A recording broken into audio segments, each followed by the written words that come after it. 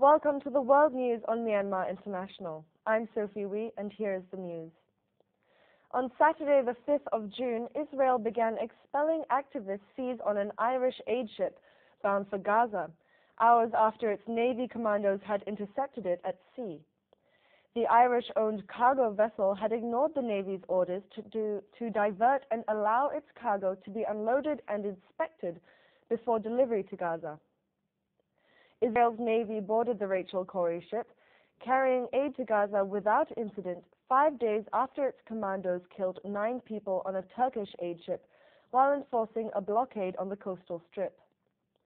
The Israeli Navy, whose actions on Monday triggered an international outcry, took the control of the Rachel Corrie and sailed it to the port of Ashdod, where it docked on Saturday evening.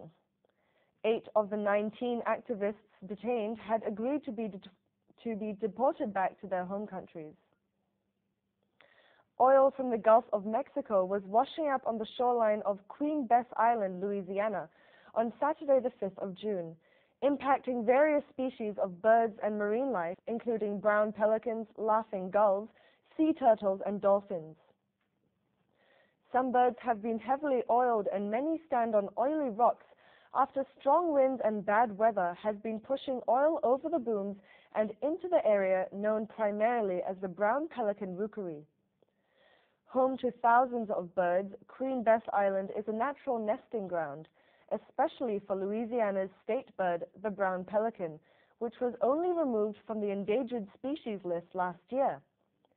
On Saturday, about 5 rescue boats with animal specialists from U.S. Fish and Wildlife, Louisiana Wildlife and Fisheries, and International Bird Rescue Research Center, who has been contracted by BP, were seen working to collect oil birds around the island. As of noon that day, 177 birds have been collected alive, and 547 birds have been collected dead in the Gulf region since oil began leaking into the Gulf of Mexico. The spill has been flowing since April 20th, with an estimate of 12,000 to 19,000 barrels of oil a day being poured into the Gulf of Mexico, when an explosion on the BP Deepwater Horizon rig sank the drilling platform, creating a disaster about twice the size of the 1989 Exxon Valdez spill. The 2010 reigning world pizza champion was declared after a Hollywood-style showdown in Los Angeles. There were plenty of lights, cameras, and action, in addition to dozens of slices of pizza to be found at the Pizza Hut Challenge held on Saturday the 5th of June at a soundstage in Los Angeles.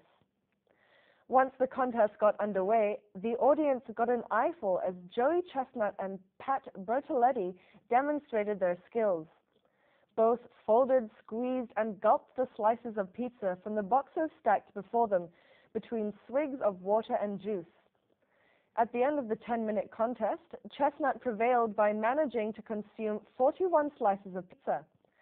Bertoletti, who said later he was only on his C game, ate a solid 36. Chestnut, who calls San Jose, California, home, is not only the pizza-eating champion of the world, he is the #1 ranked competitive eater in the world. Last year, he also set the world record in hot dogs and buns.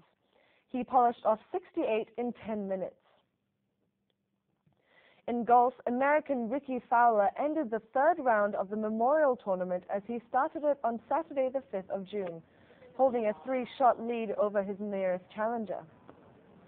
After a day that included 2 long weather delays that stretched for 6 hours, Fowler finished shortly before sunset at Murfield Village with a 3 under par 69 that put him in with a strong chance to secure his first PGA Tour title. Fowler was at 16 under 200 with fellow Americans Ricky Barnes and Tim Petrovic tied for 2nd on 13 under. Tiger Woods, meanwhile, shot a 3 under 69, leaving the defending champion 10 strokes from the lead.